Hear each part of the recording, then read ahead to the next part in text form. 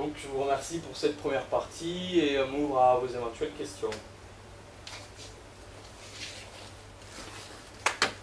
Moi j'en aurais une, c'est par rapport à un point précis, donc on sait que le sol ne peut pas trop le retourner, Oui. donc il faut juste le griffer. Et c'est quoi les solutions pour qu'il reste meuble? Voilà. On va en parler un peu dans la deuxième partie, mais je peux déjà répondre. Mais déjà, donc en permaculture, l'outil qu'on utilise, c'est la grelinette. Donc c'est un outil qui a 5, 6, ça dépend où c'est dents, ou même un peu moins. Donc c'est des dents assez longues. Et en fait, ce qu'on va faire, c'est qu'on arrête de retourner le sol. L'objectif, c'est de faire rentrer l'oxygène dans le sol pour que tous les organismes du sol puissent respirer. Donc on va enfoncer la grelinette, tac, et après on a juste à faire un va-et-vient comme ça pour faire rentrer l'air. On ne retourne plus le sol, puis on recule. Vaut mieux reculer comme ça on ne tasse pas ce qu'on a fait. On recule, on réenfonce, hop, va-et-vient, et ainsi de suite. Donc comme ça on fait rentrer l'oxygène. Et pourquoi on fait des paillages aussi? Ben, c'est pour protéger le sol. Donc pour pas créer, donc on a vu les croûtes de battant, ça limite la pousse des adventices, des dites mauvaises herbes. Et donc le fait de pailler le sol va nourrir la microbiologie, va nourrir les vers de terre qui vont travailler le sol pour nous continuellement. Par exemple, si vous voulez faire une nouvelle parcelle de potager, ben, le mieux c'est de commencer en début d'automne.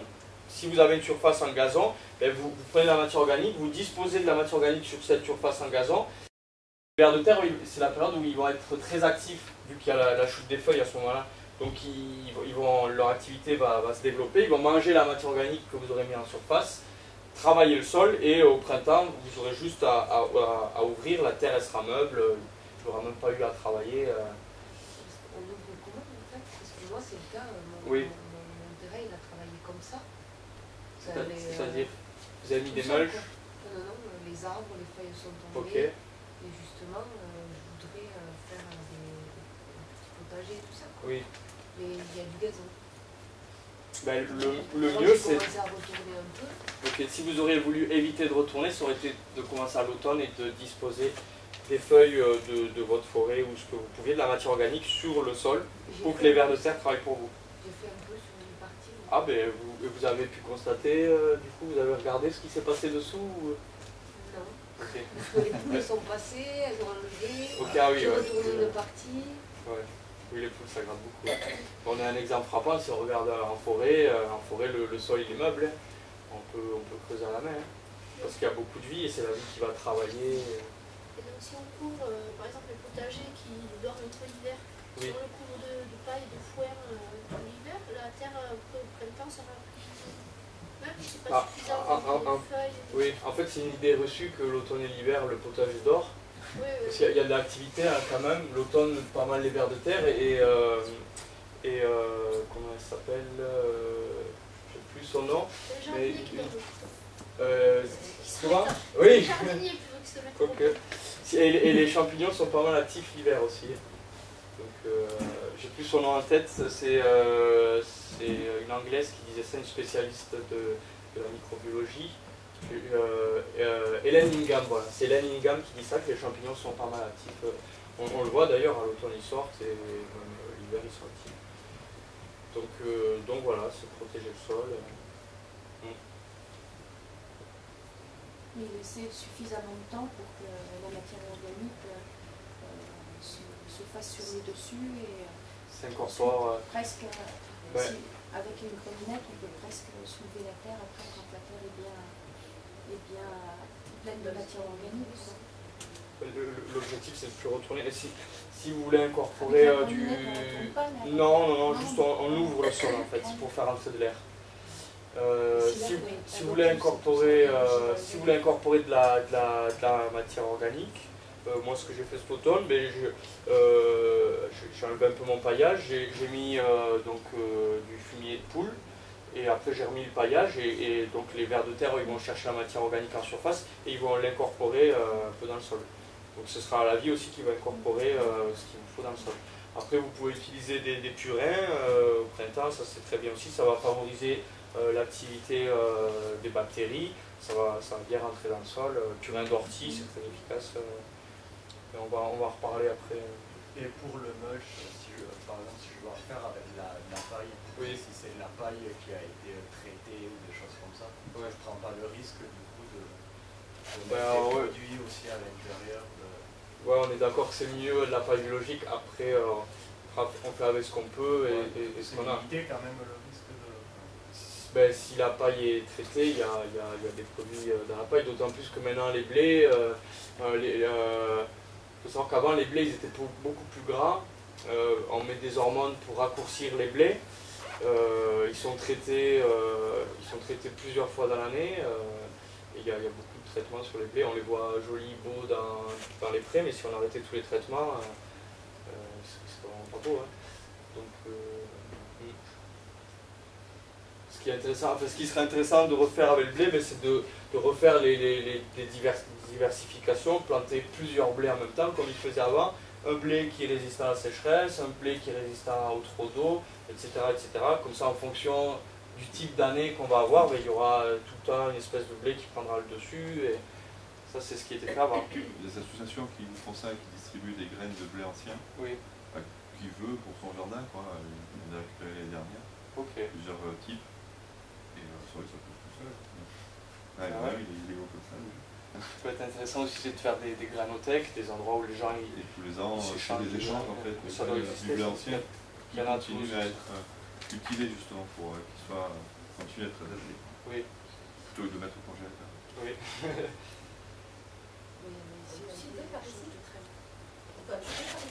Oui, tous les ans il y a une réunion qui se fait à la Maison de la Nature à Puy-Vernier. Ah, ok, super. À l'automne. Tes graines, Guillaume, elles étaient adaptées à ici, celles que tu as montrées tout à l'heure dans la voiture? Les Pyrénées? Oui, au niveau du blé, c'était pas du blé. Le blé rouge de Bordeaux. Oui. C'est une variété ancienne. Tu peux en parler un peu ou... À quel niveau? Je sais pas, non, du blé de rouge de Bordeaux? Oui. Ok. Vous connaissez? Ok. Si là, on est sur Biogerme.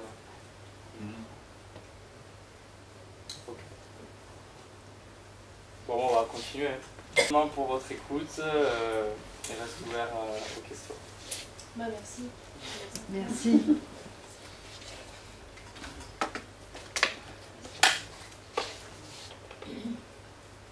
Oui. Ouais, justement, c'était par rapport à ce que vous disiez tout à l'heure. Est-ce que la permaculture, elle s'étend sur globalement sur l'agriculture en fait par rapport à ce que vous disiez, les différentes strates de sol, du coup, pourquoi les agriculteurs ils labourent Il y a plusieurs théories qui disent qu'en agriculture, on pourrait aussi ne pas labourer, et justement que c'est beaucoup plus fertilisant de ne pas labourer, quoi. Oui.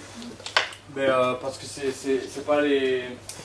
Comment dire j'en parle dans la première partie qui est disponible sur Internet, mais c'est pas le système qui a été développé. On a privilégié un système agro-industriel chimique, où donc on utilise des tracteurs et on privilégie les monocultures. La finalité, ça c'est mon interprétation, n'est plus forcément alimentaire mais pécuniaire, c'est-à-dire qu'on va produire des grosses quantités d'alimentation pour qu'ils aillent sur les marchés nationaux ou internationaux, être vendus, créer de l'argent. Ces grosses quantités pourraient être produites dans le cadre de la permaculture aussi. Oui, actuellement, il y a, la France est passée, d'après AFP, la France est passée 3e au niveau européen sur la production biologique. On est 3e, mais il n'y a que 4% de terres en biologique, donc c'est rien du tout. Moi je pense que la permaculture c'est une des solutions pour l'avenir, pour redévelopper la souveraineté alimentaire locale, le commerce de proximité, des aliments sains et le respect de la nature. Après, moi je pense pas que les agriculteurs soient bêtes, c'est juste qu'ils sont, ils sont aussi pris dans le système, ils ont les crédits, les difficultés de transition, donc c'est aussi à d'autres gens en parallèle à essayer de développer des systèmes plus pérennes. Donc voilà. En gros, quoi. Par rapport à un potager normal, oui. La production que vous obtenez, c'est la même? Ah non, il y a plus de production vu qu'on imbrique les légumes. Avec l'exemple que je vous disais tout à l'heure, soit vous mettez juste un maïs ou vous mettez le maïs, le haricot et la courge. C'est des techniques qu'utilisaient les Amérindiens. Et si vous comparez une monoculture et une association de plantes, il n'y a pas photo, l'association de plantes sera plus productive. Et avec l'électroculture, l'objectif est aussi d'augmenter la croissance des plantes et la résistance aux maladies. Donc avec une agriculture biologique, on peut avoir des très bonnes productivités. D'autant plus que, mais ça j'en parle dans la première partie, qu'on n'a pas vu là, dans l'agriculture conventionnelle, donc avec les produits chimiques, il y a un effet qu'on appelle la turgescence. La turgescence, c'est quoi? En fait, on va utiliser uniquement, principalement, les engrais N, P et K. Azote, potassium et phosphore. Et donc, il n'y a pas tous les oligo-éléments dans la plante, elle a besoin. Donc, N, P et K, il faut en fait ce qu'on appelle la turgescence. Donc, le légume ou le fruit, il va se gonfler, mais il va se gonfler principalement d'eau, vu qu'il n'y a pas tous les oligo-éléments. Donc, dans l'agriculture chimique industrielle, on mange au final beaucoup d'eau, quoi. Donc un produit biologique sera plus rempli en nutriments, plus nutritif. Donc au final, si on pèse sur la balance, Oui, vous nous avez montré une photo aussi où les personnes mettaient des cartons oui. Sur le sol et oui. Ensuite, je pense, pour mettre de la terre dessus. Le carton, ça va être plus pour protéger le sol des intempéries. Si vous n'avez pas de matière organique, enfin c'est de la matière organique, le carton de toute façon. On le met en dessous, c'est ça, on le met en dessous le carton. Au-dessus, et comme ça évite que la terre soit directement aux agressions du soleil, de la pluie. Parce que moi j'avais vu quelque chose où... Oui, c'est les techniques en lasagne de Jean-Paul Collaert. On préparait un sol en mettant le carton dessous, oui. Et ensuite du terreau, et ensuite du bois, ou enfin je sais pas dans quel sens. C'est les techniques développées par Jean-Paul Collaert. Après, moi je les ai jamais essayées, j'en ai lu des choses. C'est pour ça que cette année aussi, moi j'ai eu l'occasion, l'an dernier je travaillais à la mairie de Paris, donc j'ai vu pas mal de choses.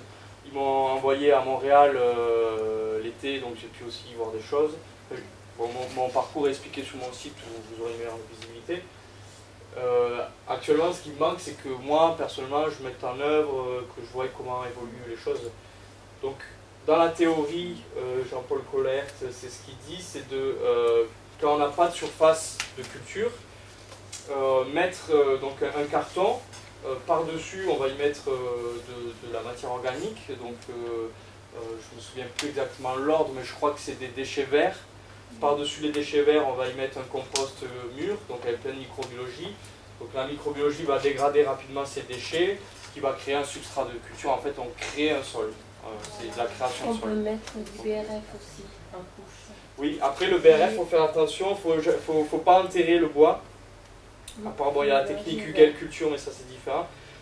Si on enterre le bois en se décomposant, il consomme de l'oxygène et de l'azote. Donc l'oxygène, les plantes et les organismes en ont besoin. Et l'azote, c'est ce qui fait pousser les plantes. Donc, mais on peut mettre du verre. On met en surface, oui. Oui. La tonte... On mélange le BRF et le verre. Oui. Comme un bon compost, il faut avoir un bon taux de carbone et d'azote, de matière verte et de matière boisée. Oui. Mais vous faites venir des gens chez vous, enfin je veux dire sur les essais que vous faites, vous permettez à certaines personnes de venir et de travailler avec vous, de vous aider et en même temps d'apprendre avec vous Là cette année, oui, ce sera possible de visiter en tout cas. Visiter. Il faudra me contacter, j'organiserai des journées, des après-midi. On vous contacte par internet. Voilà, sinon vous avez mon site internet, je donne c'est www.permafutur, donc perma, P-E-R-M-A, et futur pour le futur, tout attaché, .fr, c'est .fr ça. Donc voilà. Et oui, j'organiserai des visites pour voir les expérimentations. Et j'ai déjà eu un petit résultat d'électroculture sur une tulipe, une grosse feuille de tulipe. Voilà, je vous montrerai ça. Et si ça vous intéresse, vous pouvez venir aussi en juin au château de Gardère à la conférence. C'est pour les journées du jardin? C'est pour les rendez-vous au jardin, voilà, l'événement national. Voilà. Mais sinon, voilà, c'est... on peut tous faire chez nous un petit peu, ou en parler, et petit à petit. moi j'ai la question de où est-ce qu'on trouve l'info pour les compagnonnages de plantes, quoi. Sur internet, vous trouvez. L'équilibré aussi, l'association de plantes. Finalement, c'est ça si on veut commencer. Oui, c'est intéressant. Sur internet, il y a des croquis qui sont pas mal, il y a des tableaux. Vous avez d'un côté une liste de plantes, en haut la même liste de plantes, et donc des cases qui se croisent avec des petits cœurs ou des stops. Donc c'est assez ludique, et vous voyez rapidement quelle plante va avec quelle plante, ou quelle plante se repousse, s'il y a des plantes sympas aussi. Donc voilà. Pareil pour faire un design en agriculture. Je sais qu'il y a des formations aussi dans des types. Où est-ce qu'il y aurait des bouquins qui seraient peut-être plus. Déjà, ceux-là, si tu lis ceux-là, ils sont. Tu vois, le choix d'intéressant. Ouais. J'en ai d'autres. Quand tu parles de design, on peut faire les formes qu'on veut. Par exemple, j'ai commencé à dessiner une étoile. Ouais. J'ai paillé, j'ai mis de l'herbe dessus, oui. J'ai pondu. Là, je vais planter après mes semis. Donc si on fait des buts, il y a différentes formes de buts. Les buts étoiles, ça existe. L'avantage, c'est que ça va multiplier les microclimats. Donc on pourra diversifier les plantations. Sinon, il y a des buts en clé de serrure qu'on appelle. Donc c'est en fait...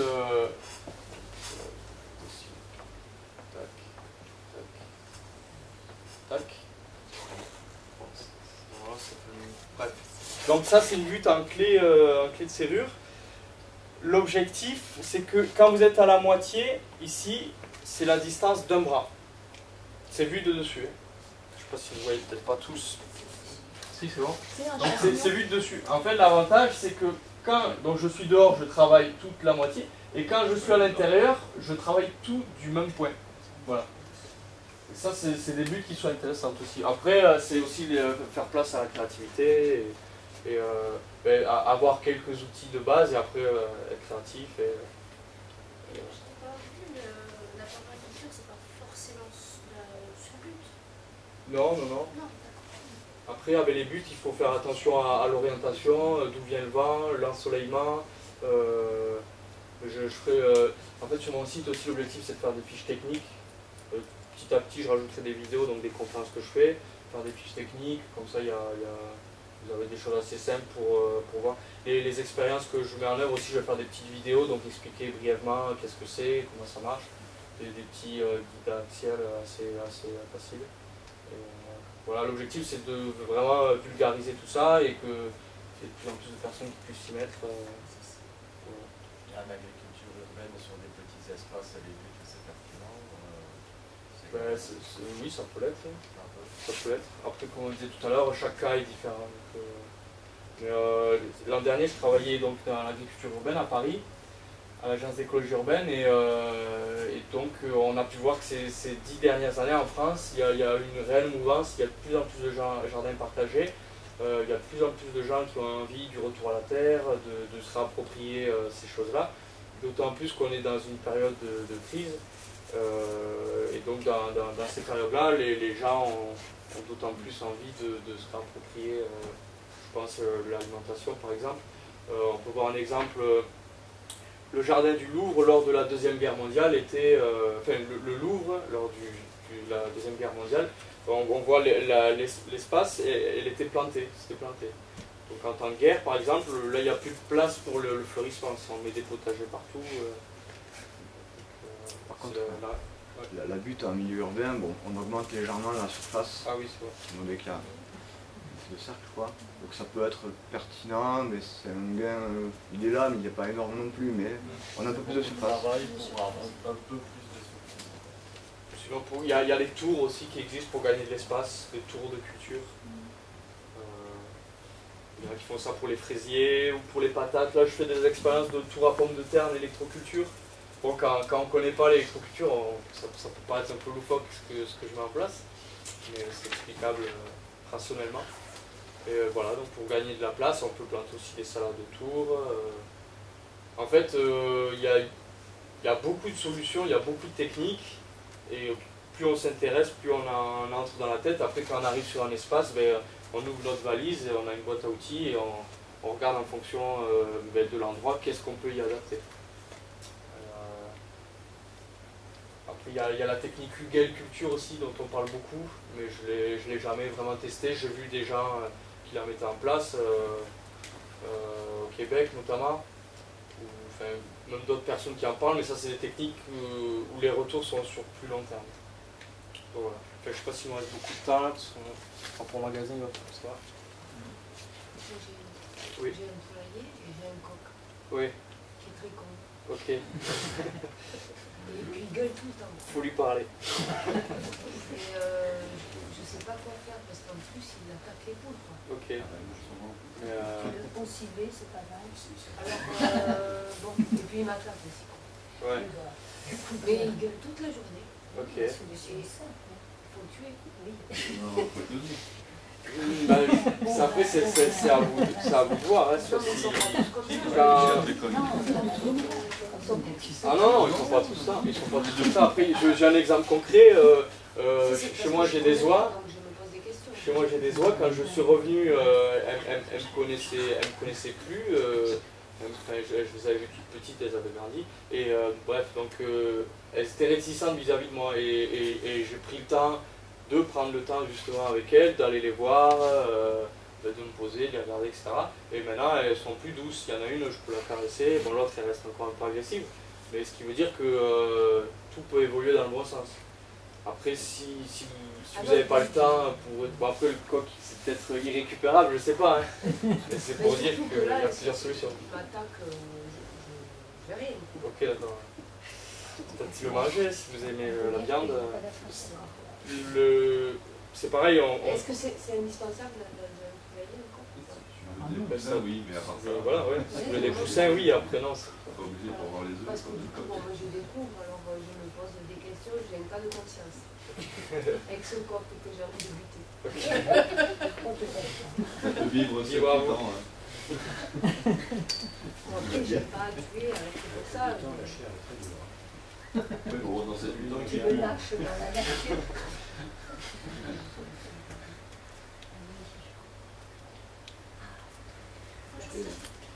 Oui, dernière question pratique, des conseils en fait.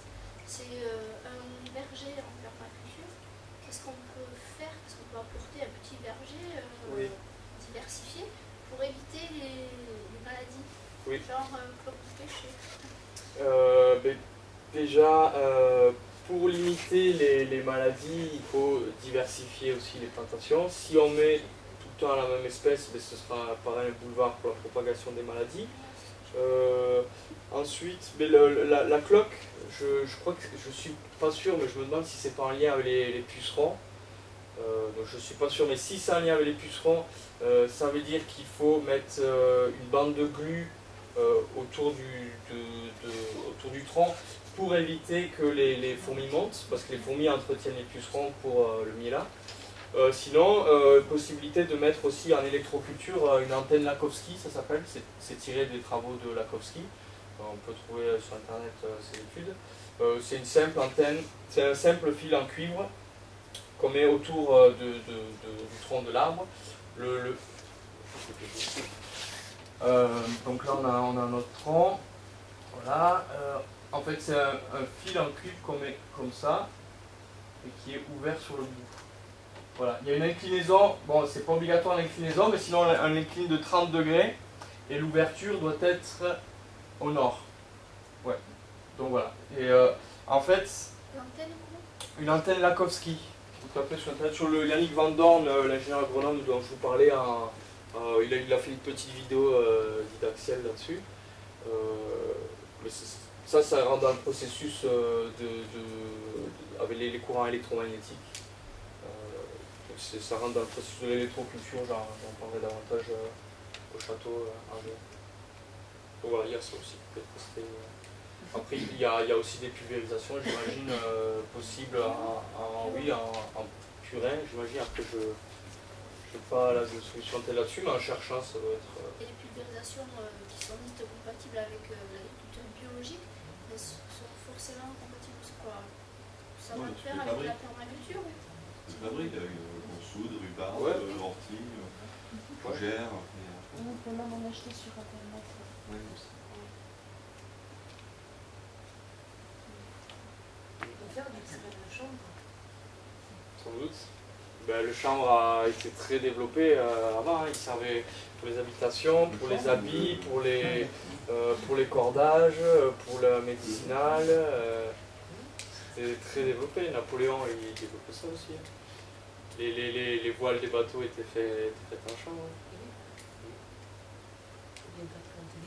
Il y a certaines personnes qui promeuvent aussi de redévelopper le chanvre.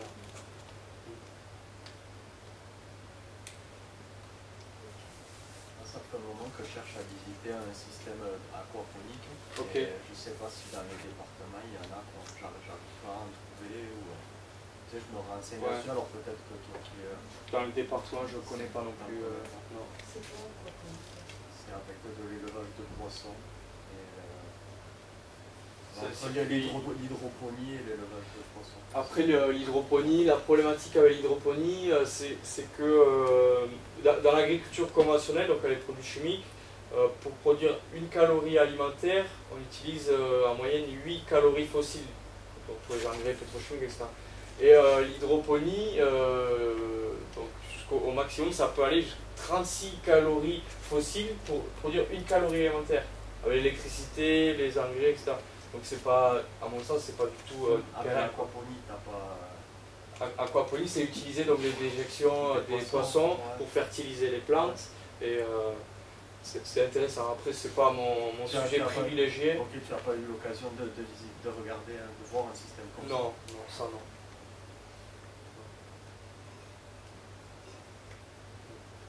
Dans le coin, il y a la maison de l'eau de la Dour. Ah, Jubéloc? Oui, qui ont plein d'adresses. Jubéloc. C'est dans le nord du département. Mais c'est moi qui ai fait la conception de ce site. Ah ouais? Ouais. Quand j'étais en BTS, on travaillait là-dessus et mon projet a été retenu. Avec les rondins là, qui sont placés à l'entrée. Est-ce que tu connais des sites à visiter ou faire culturel, ferme, non, mais après, chez moi, il y a plein de choses à voir. Après, non, je connais pas. Sinon, il y a la ferme de Richard Wallner qui est très développée. Sur Internet, on peut voir Sepp Holzer aussi, qui développe un système de permaculture à 1100 mètres d'altitude, qui est très intéressant aussi. Donc Sepp Holzer, à 1100 mètres d'altitude, c'est difficile de mettre en place donc, des systèmes alimentaires. Donc lui, il a utilisé des astuces. Il a mis des mares à plusieurs endroits, donc les mares reflètent la lumière, donc augmentent la luminosité. Il fait aussi des puits de chaleur. Donc par exemple, derrière les fruitiers, il va mettre des pierres. Les pierres elles vont capter la chaleur du soleil, la restituer la nuit. Diversifier aussi les types de plantations, donc pour diversifier les productions dans l'année. Voilà. Sinon il y a Philippe Forer aussi dans l'Aude, je crois. Philippe Forer. Le jardin du Graal, des vidéos intéressantes sur internet. Aussi son jardin personnel qui est assez intéressant parce qu'il travaille un milieu totalement acide pour ça fait un tour et il a des résultats incroyables. Ouais, et il fait aussi de l'électroculture, Philippe Forer. Voilà, sur internet on trouve quand même des trucs intéressants. Après la permaculture, là, ça prend de l'ampleur de plus en plus là, ces années-là. Mais c'est beaucoup en retard par rapport au reste. Donc il n'y a pas encore énormément de sites. Bon, il y en a de plus en plus. Si on a des connaissances maraîchères à Eros Arbwix, donc c'est des maraîchers, ils développent aussi de la permaculture. C'est Eros, c'est ça? Ouais. Ceux qui sont en agroécologie, genre tout le colibri, rabi et tout ça, tu les raffilierais aussi un peu à la permaculture et aux mêmes logiques. Ben, dans l'esprit, oui. Après, la permaculture, c'est vaste, donc on peut y englober beaucoup de choses aussi. Après, comment dire, ben, plus on creuse, plus on se rend compte qu'en fait, il y a des choses. Pareil, il y a quelque chose à 10 km d'ici. Hein. Mais, il y a pas très loin d'ici, vers Castello, Manoir. Je ne peux pas te donner le truc parce que je viens de découvrir, je vois y aller. Je peux te donner l'info quand je l'ai plus précis.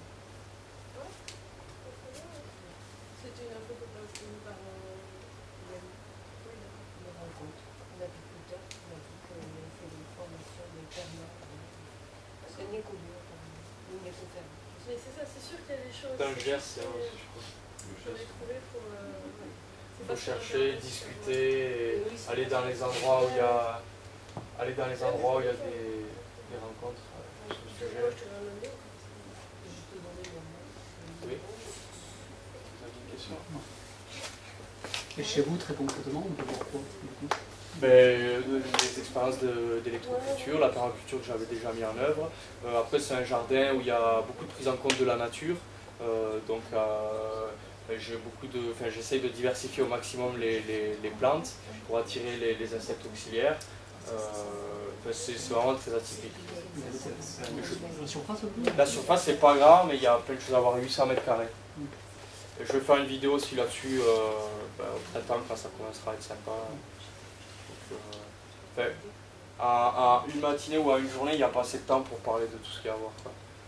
Parce que si moi je suis à fond là-dedans, donc je pourrais m'arrêter sur le sol et en parler longtemps, ou sur les techniques à développer, ou sur la mini tour irlandaise que j'ai mis, sur les pyramides. Il y a des pyramides chez moi, sur les associations de culture. Je fais une arche en bois pour faire des abris aux insectes auxiliaires, donc les abeilles solitaires. Voilà, tout un tas de petits aménagements comme ça, et la façon dont c'est aménagé fait qu'on a l'impression que c'est plus grand en fait. Une mare, enfin, 800 mètres carrés, c'est petit. Mais tout est optimisé en fait. Et tu as fait un design global dès le départ? Ou tu te le fais non, petit à petit en fait, moi c'est une passion grandissante. Et donc ça a été au fur et à mesure, ça a été évolutif. Et puis plus j'ai accumulé de connaissances, après ça a évolué. Et là, cette année, l'objectif, c'est vraiment de faire un maximum d'expérience potagère. Voilà, et où j'ai rajouté aussi pas mal d'électroculture cette année. Voilà. Quand est-ce que tu penses que ça sera qu'on peut venir te rencontrer? Le mieux, ça sera quand les légumes auront poussé, en juin. Ouais. En juin, plutôt après les rendez-vous au jardin, comme ça je serai plus disponible.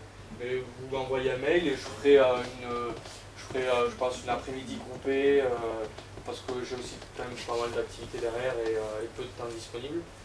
Donc je ferai une activité groupée ou à plusieurs on pourra venir faire un petit truc ludique. C'est à Julien aussi? C'est à Julien, ouais. Voilà. Comment vous évaluez l'impact d'autant de choses dans un milieu, enfin autant d'intensité dans un milieu si petit, parce que du coup connaître l'interaction, connaître vraiment le bénéfice de ce que vous faites dans un endroit aussi petit, comment vous évaluez? En fait, j'essaye de faire, par exemple sur l'électroculture, des tests pseudo-scientifiques, où sur une parcelle, je vais mettre l'installation d'électroculture et juste à côté, pas l'installation. Comme ça, voir si là où il y a l'électroculture, ça pousse effectivement plus, et l'autre moins. Ouais, sauf que vous avez tout l'environnement autour qui peut impacter là-dessus, qui peut influencer. Vous voyez, le fait d'être dans un endroit aussi serré, oui. Comment on peut évaluer l'impact d'une méthode, quoi? Ça, c'est à chacun en fonction de ses connaissances, de l'état des connaissances qu'on a à ce moment donné. Parce que notre vision aussi, elle évolue tout le temps. Après, par exemple, si vous avez une parcelle ici à là-bas, si du bout de cette table au bout de celle-là, si sur la moitié vous mettez un dispositif et sur l'autre non, et que vous plantez les mêmes types de végétaux, si vous voyez une différence de pousse entre l'un et l'autre côté, on pourrait en déduire que c'est le système qui fait que les plantes aient poussé davantage. Donc c'est essayer de faire des petits systèmes comme ça. Par exemple, la tulipe, j'ai mon téléphone là, je peux vous montrer une tulipe qui a poussé. J'ai installé, parce qu'en électroculture on utilise des pyramides, bon ça serait plus long à expliquer, j'en parlerai plus tard. Mais donc bref, j'ai installé une pyramide il y a 2 mois de ça dans mon jardin, j'en ai 2 maintenant. Et j'ai des tulipes qui poussent naturellement dans mon jardin, un peu partout. Et là cette année, donc, il y en a une qui a poussé à l'angle de la pyramide. Et donc c'est la plus grosse tulipe du jardin, et personnellement j'ai jamais vu une tulipe de cette taille. Donc je vais vous montrer la photo. C'est le hasard qu'elle est poussée, vous avez posé la pyramide Non, elle y était déjà avant. Ouais, il y avait plein de tulipes, et là en fait je l'ai posée sur l'espace où je voulais cultiver, mais il y avait un angle qui dépassait sur l'endroit où il y a les fleurs. Donc là, il y a la photo de la feuille de tulipe, par exemple. Là, il restait encore de la croissance, la fleur n'était pas... Ouais, mais c'est tout ça, le morceau. Là, on voit un bout d'angle, voilà, c'est un bout d'angle. On voit ma mère à côté, et là, c'était pas fini. Mais en fait, l'objectif aussi des expériences, c'est que je montre, comment ça marche, est-ce qu'il y a des résultats. L'électroculture, il y a eu tout un tas de chercheurs dessus, il y a eu un congrès international en France, il y avait vraiment tout un engouement là-dessus, et ça a été mis de côté parce qu'on a privilégié le développement de l'agriculture industrielle. L'électroculture, ça ne rapporte pas d'argent vu qu'on utilise des courants gratuits, naturels, intarissables. Comment l'électroculture, comment c'est perçu par les agriculteurs conventionnels, un peu plus traditionnels et quoi ça fait Il y a 3 semaines de ça, j'ai eu l'occasion avec Yannick Van Dorn, l'ingénieur agronome, de disposer un système d'électroculture sur une parcelle de 66 hectares. Donc il y a des là c'était le plus gros dispositif. Non, là c'était pas des pyramides, parce que l'électroculture c'est pareil, c'est tout un tas oui, ça ferait une pyramide en fait.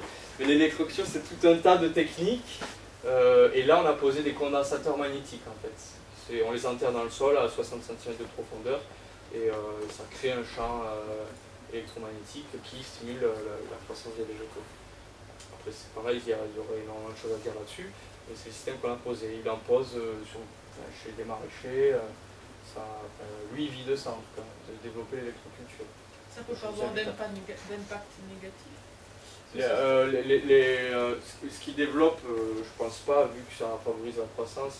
Il y a eu une thèse en 1983, c'est la seule thèse qu'il y a eu en France de Martine Quérel. Elle essayait de démontrer qu'il y avait une augmentation des substances actives chez les plantes médicinales. Et apparemment, de ce que j'en ai lu, les résultats étaient concluants. Mais sinon, vous avez ce livre là déjà, c'est le livre le plus récent là-dessus, Électroculture et énergie libre, donc de Maxence Laillé, et il parle de l'histoire de l'électroculture, et il parle des principes de base, et enfin, vous pourrez voir que l'histoire est réelle. Et ma conférence aussi sera disponible sur mon site internet fin juin ou mi-juin, elle durera une demi-heure ou un peu moins, ou un peu plus à voir, et vous pourrez avoir aussi une meilleure visibilité là-dessus. Donc c'est pareil, toutes ces techniques-là ont du retard par rapport à l'agriculture conventionnelle, mais pour moi elles ont de l'avenir. Malgré le côté un peu exotique au premier abord, l'électroculture, il faut savoir que ça a été vraiment pris au sérieux, même par le CNRS qui a beaucoup travaillé là-dessus, mais après il y a eu la guerre et on a pris le virage chimique. Mais sinon à cette époque-là il y avait un très fort engouement et donc savoir qu'elle a disparu, il n'y a plus grand monde qui reprend le flambeau. Ça mérite une part de l'intérêt quand même. Ah, mais je voyais surtout ça au niveau des agriculteurs plus conventionnels. Ça peut être mal perçu, je pense. Des fois, tu vois qu'ils sont très réticents à certains nouveaux types d'agriculture et tout ça. Donc bon, l'électroculture, c'est vrai que ça fait un peu presque mystique, quoi. Oui, ben oui. Utiliser le magnétisme de la Terre, c'est vrai que ça fait un peu... Mais oui, c'est vrai ce que tu dis. Après dans les courants électromagnétiques, il y en a beaucoup. Tu peux avoir, comme tu dis, le magnétisme, tu peux avoir les ondes telluriques dans le sol, les ondes atmosphériques, les ondes cosmiques envoyées par le soleil, il y a énormément d'ondes.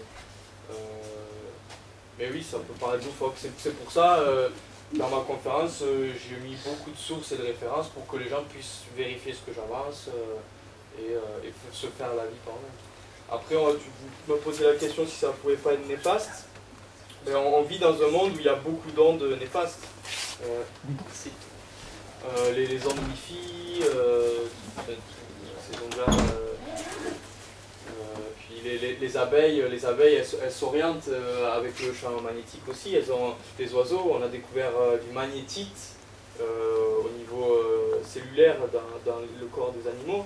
Donc eux, ils s'orientent par rapport à ces champs-là aussi. Si vous mettez un oiseau dans une cage de Faraday, donc qui est coupée des ondes électromagnétiques, à la période de migration, l'oiseau il sera désorienté, Tandis que si vous le mettez dans une cage qui n'est pas coupée des ondes électromagnétiques, à la période de migration, l'oiseau il se mettra le plus souvent du côté où il doit migrer. Parce qu'il s'oriente comme ça. Et c'est une des façons d'orientation, il y en a d'autres. Donc voilà. Pour le BRF, là ici, c'est qu'on pourrait... Les entreprises du paysage, les enfants. Les enfants, ah ouais. Ouais, moi j'avais bossé, je bossais 5 ans dans des entreprises de travaux paysagers et je sais qu'on en produisait. Après, il faut aller les voir directement. Je pense que ça se revend. Si on ne produit pas chez soi, parce qu'on c'est bon. Ben là, c'est compliqué, ouais. il faut le gros broyeur, c'est un investissement. Parfois, les élagueurs, là, moi, ils m'en ont livré de grosses peines parce qu'ils faisaient les platanes à côté de chez moi et donc il y a cette possibilité-là, mais il faut vraiment tomber dessus. Sinon, il y avait un élagueur qui en faisait avant mais qui n'en fait plus, c'est des très connus, c'est je sais plus. Sanguinet. Oui, Sanguinet, voilà. Mais ils en font plus après. Le lycée agricole à Vic, dans une section bûcheronnage. Et de temps en temps sur les chantiers, les gens, le broyeur, ils en font une quantité un peu plus petite. Mais... Même des fois, il y a des chantiers où ils laissent sur place. Oui. On peut récupérer. Après, le BRF, c'est bien de le mélanger avec autre chose aussi, la matière verte, je pense. Après, tente de gazon. Ouais, voilà, avec la matière verte aussi. Merci. Tu sais, tout à l'heure, tu as voulu me faire parler des variétés anciennes. Oui. Et en gros, les variétés anciennes, des avantages et des inconvénients, mais dans le cadre de la permaculture, qui est dans un système pérenne, c'est presque un passage obligé. Parce que les hybrides F1 de la jardinerie du coin, filiale de Ralis, ils ont une bonne vigueur hybride, c'est super, mais si on veut espérer récupérer les graines, et avoir quelque chose qui ne dégénère pas par la suite, ça peut arriver par chance, mais c'est pas gagné. Alors quand les variétés anciennes, même si elles peuvent avoir certains défauts, par exemple le blé rouge de Bordeaux, pousse bien, bonne vigueur, bonne production, mais à paille très haute. Du coup, le vent, dès qu'il y a un peu de vent, c'est pas super. Par contre, dans le cas de la permaculture, vu qu'on va chaque fois ressemer ou même faire en sorte que ça se ressème spontanément, dans le jardin, la moitié des plantes, je ne les ressème plus, ça se fait tout seul. Oui. Même des choses qui ne devraient pas se ressemer. Les tomates, elles se remettent. Oui. Et justement. À l'automne, ça repart partout. Là, à l'automne, pareil. Et l'intérêt, c'est que justement, elle va comme tu disais tout à l'heure, elle va co-évoluer avec le milieu. Et donc, du coup, elle va s'adapter génétiquement en quelques générations. Et la vigueur de l'hybride F1 est vigoureuse, mais ça ne vaut pas l'adaptation au milieu. Et donc, en 4-5 ans, à vue de nez, j'estime, en 4-5 ans, on a une adaptation qui est au top. Ça commence à être vraiment bien.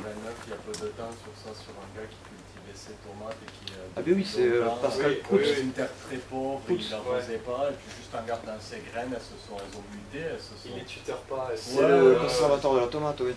Ben lui, lui, apparemment, la NASA est venue le voir. Je leur explique comment il faisait.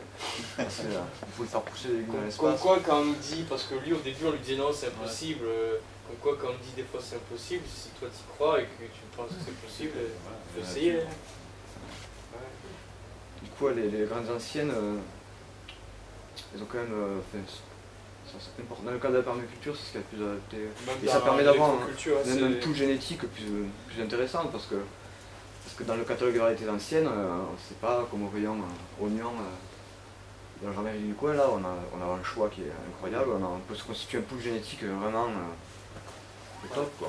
On a après les variétés anciennes du nord ou d'ici, ce sera pas forcément. Après, voilà, mais après il faut. Des variétés, oui, bien sûr.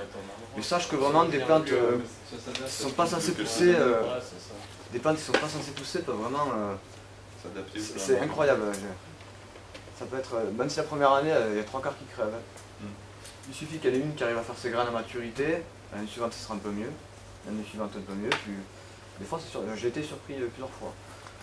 J'essaie de faire pousser, même je m'amusais à faire pousser du tabac de Turquie, truc pas du tout le même climat qu'ici, et bien ils se ressèment spontanément, et même à l'automne, ils se ressèment. Ils se ressèment trop, quoi, en fait. Alors qu'au début c'était pas top, mais 4 ans. ou 4 ans. Donc ça peut marcher. Quoi. Je te vois, c'est parenthèse. Tout à l'heure j'ai pas osé, alors maintenant que je fasse.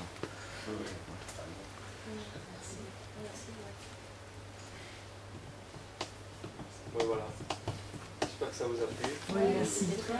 Merci d'être venu aussi. Merci.